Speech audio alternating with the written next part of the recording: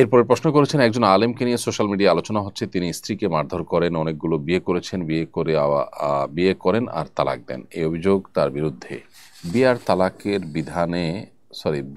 তালাকের বিধানের এরূপ যথেচ্ছা ব্যবহার জায়েজ কিনা? দেখুন,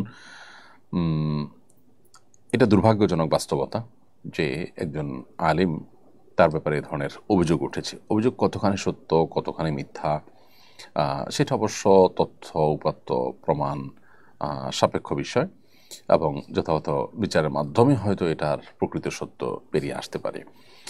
বাট এটা দুর্ভাগ্যজনক বাস্তবতা যে একজন আলিমকে নিয়ে ধরনের কথা উঠবে এবং সেটা নিয়ে বিশেষ করে গোটা আলেম সমাজের মান সম্মানে টানাটানি দেখা দিবে এবং আলেম সমাজের ইজ্জত নিয়ে টানাটানি দেখা দিবে। এটা অবশ্যই কাম্য নয়। এক্ষেত্রে আমি ব্যক্তিগতভাবে মনে করি যে তাদের উভয়ের, অর্থাৎ স্বামী স্ত্রী, তারা উভয়ে এটাকে ঘরোয়াভাবে এবং আলেমুল আমাদের উদ্যোগে মিটমাট করার চেষ্টা করা দরকার। সোশ্যাল মিডিয়া, সেখান থেকে মূল মিডিয়া এবং সেখান থেকে আদালত ইত্যাদিতে গড়াতে জিনিসটিকে দেখতে দেওয়া উচিত নয়। এটা উভয়ের কর্তব্য।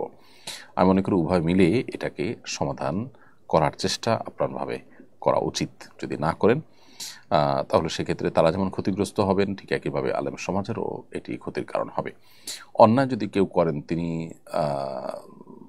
স্ত্রী হন কিংবা স্বামী হন, তিনি দিনদার হন কিংবা আলিম হন, অন্যায়কে আমরা অন্যায় বলতে হবে, কিন্তু অন্যায় সাব্যস্ত বা প্রমাণ হওয়া পর্যন্ত হয়তো আমরা অপেক্ষা করব। আমি আশা করব যে তারা উভয় দায়িত্বশীলতার পরিচয় দিবেন এবং সোশ্যাল মিডিয়ার বিপরীতে এটাকে শক্তিশালী কোনো উপায়ে প্রভাবশালী ব্যক্তিবর্গের মাধ্যমে বা যে কোনো উপায়ে তারা এটাকে মিটমাট করার চেষ্টা করবেন। তারা যে দায়িত্বশীলতার পরিচয় দেন, সেটাই হবে আমাদের জন্য কল্যাণকর।